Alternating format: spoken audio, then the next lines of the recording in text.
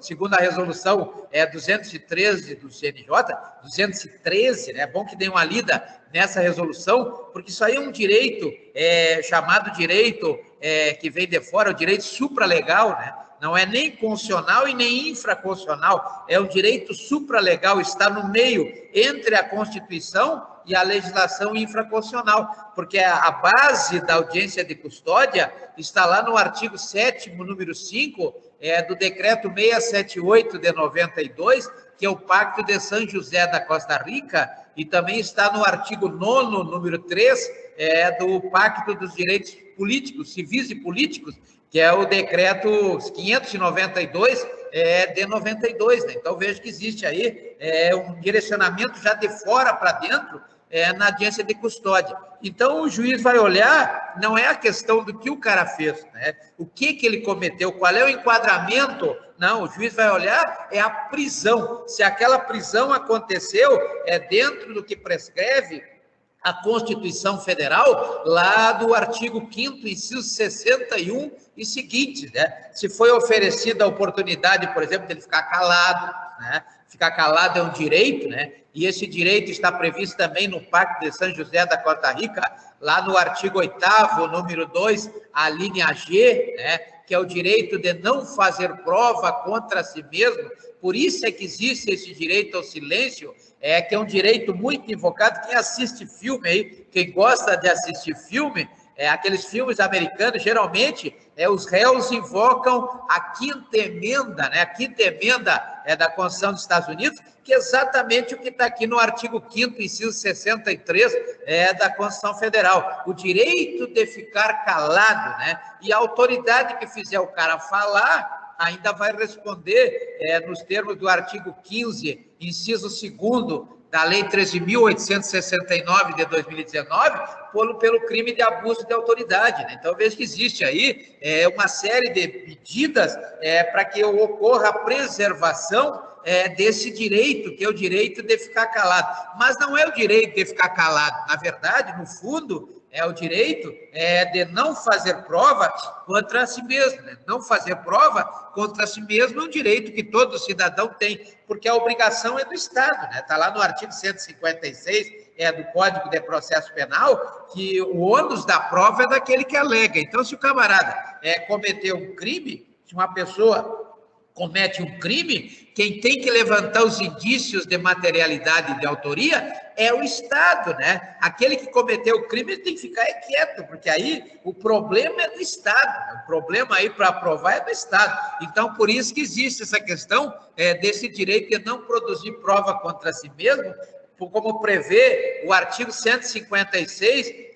do Código de Processo Penal. Muito bem. Então, voltando aqui para a nossa questão do nosso processo administrativo, né? O nosso processo que vai buscar aí a apuração ou a confirmação dos elementos de materialidade e de autoria que serão reafirmados na decisão do processo administrativo. E aí é que vem a segunda questão, né?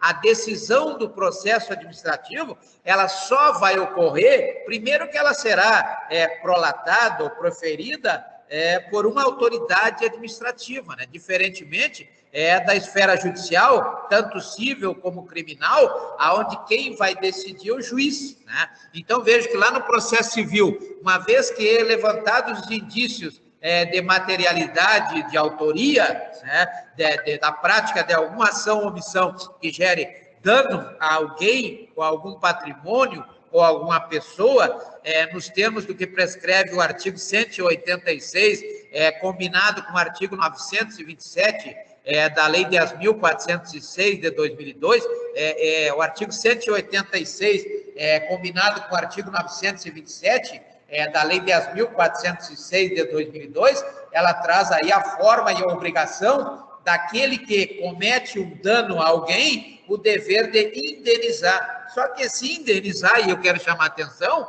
não é somente indenizar, né? Porque nós temos dois tipos de sanções cíveis. Nós temos aí as sanções genéricas e as sanções específicas.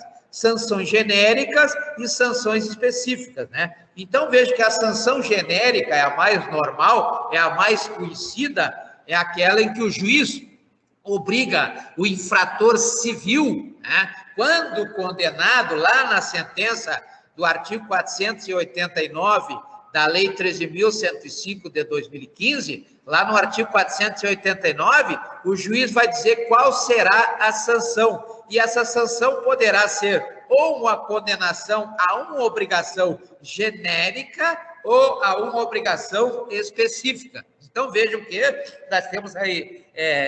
essa gripe está realmente acabando comigo. Mas nós temos aí a genérica, lá no artigo 824 da Lei 13.105 de 2015, né? Por quê? Na verdade, é quando o juiz manda pagar alguma coisa, ou seja, tirar o dinheiro do bolso e pagar alguma coisa, a obrigação será genérica, ou será obrigação por quantia certa, como prevê o artigo 824 da Lei 13.105 de 2015. Porém, o juiz pode dizer, pô, mas esse cara aí não tem dinheiro, né? Esse cara aí está mal de grana, então eu vou fazer o seguinte, vou condená-lo a uma obrigação específica. Quais são as obrigações específicas? Aí nós temos 4 obrigações específicas que o juiz poderá colocar lá na sentença do artigo 489 da Lei 13.105 de 2015. Quais são essas obrigações? A primeira é de entregar alguma coisa certa, né? Então, se o dano foi provocado num carro vermelho, tem que devolver o carro vermelho.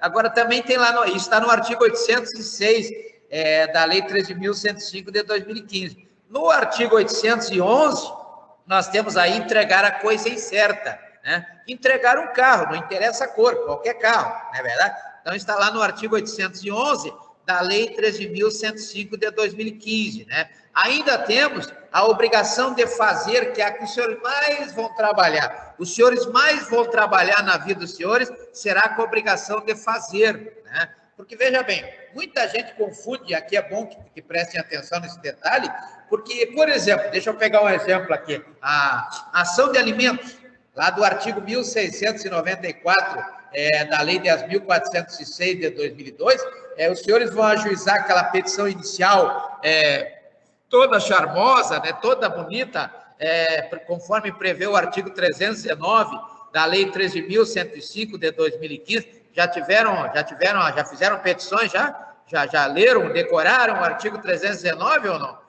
Tem que decorar esse artigo 319 aí, da Lei 13.105 de 2015, não é verdade? Então, vamos fazer naquele procedimento daquela ação, conforme prevê o artigo 528 da Lei 13.105 de 2015, Lei 13.105 de 2015, lá no artigo 528, traz o procedimento aí quando se trata de ação de alimentos, né?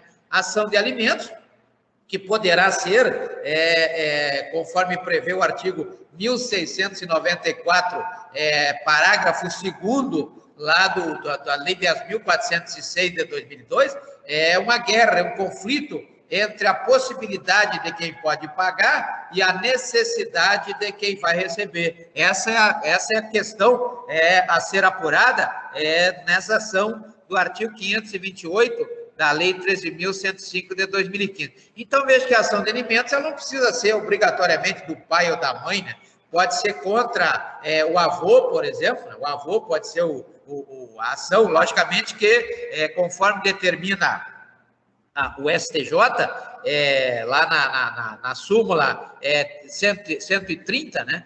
Que nós temos aí, que também tem na súmula 358, que a parte tem que manifestar na audiência que não tem condições de pagar, o pai ou a mãe não tem condições de pagar a pensão, aí depois disso, que tiver na audiência, na ata da audiência, aí os senhores poderão reverter essa ação para o avô, né, para um parente aí que tenha condições de pagar essa pensão, né? Então, já tive situações em que eu enderecei depois a ação para o avô, né? O avô ficou pagando a pensão do neto, judicial do neto, né?